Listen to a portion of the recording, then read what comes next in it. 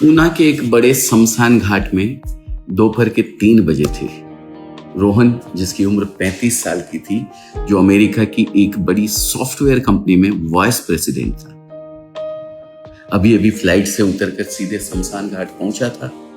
उसके पिता सदाशिव राय, उम्र 75 वर्ष, कल रात गुजर गए थे। रोहन के हाथ में महंगा लैपटॉप बैग था और आंखों पर रेबेन का चश्मा लगा हुआ था।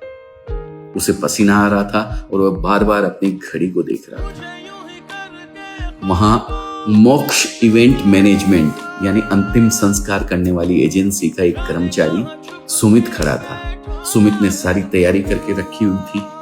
लकड़ियां सजा दी गई थी, पंडित बुला लिया गया था और सदाशिव राय के पार्थिव शरीर को स्नान कराकर तैयार रखा था। रोहन आया, उसने पिता के चेहरे की ओर एक नजर डाली, आंखों से 1-2 आंसू निकल आए।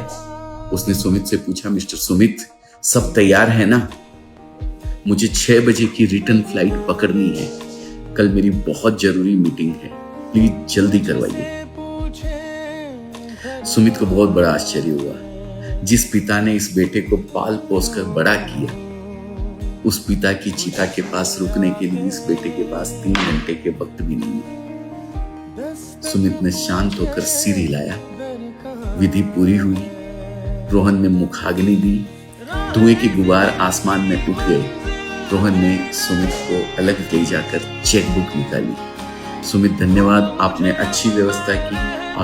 आपका बिल कितना हुआ? 50,000, 1 लाख? अमाउंट बताइए, मैं अभी चेक काट के आपको दे देता हूँ। मैं दोबारा नहीं आ पाऊंगा। अस्थि विसर्जन भी आप ही करवा दीजिएगा। सुमित ने रोहन की तरफ देखा। उसके चेहरे पर एक अजीब सी मुस्कान थी। उसने जेब से एक पुरानी फाइल निकाली और रोहन के हाथ में दी। साहब, बिल देने की जरूरत नहीं है, आपका बिल ऑलरेडी पेड है। रोहन चौंक गया। पेड है? किसने भरा पैसा? क्या मेरे चाचा ने भर दिया है?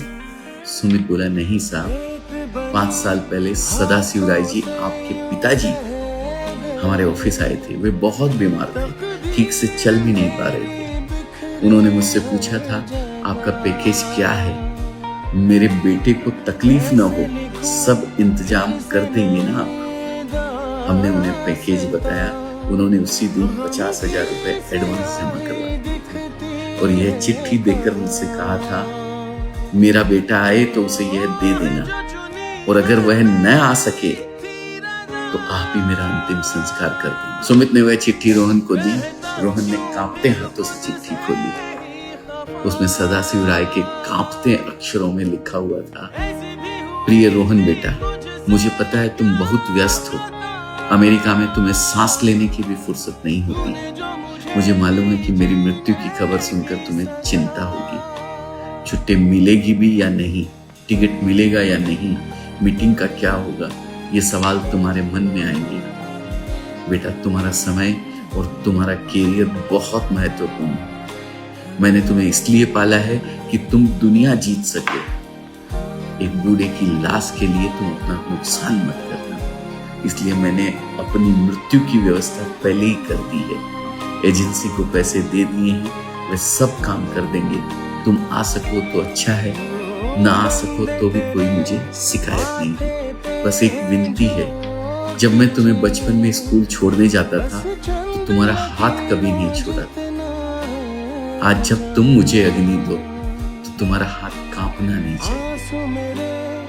जल्दी वापस चले जाना, तुम्हारी पत्नी तुम्हारा इंतजार कर रही होगी। तुम्हारा पापा, सदाशिव राय।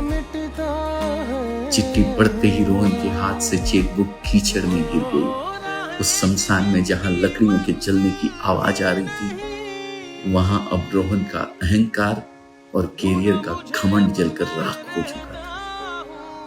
वह घुटनों के बल बैठ गया और चिल्लाने लगा, पापा, मुझे माफ कर दीजिए।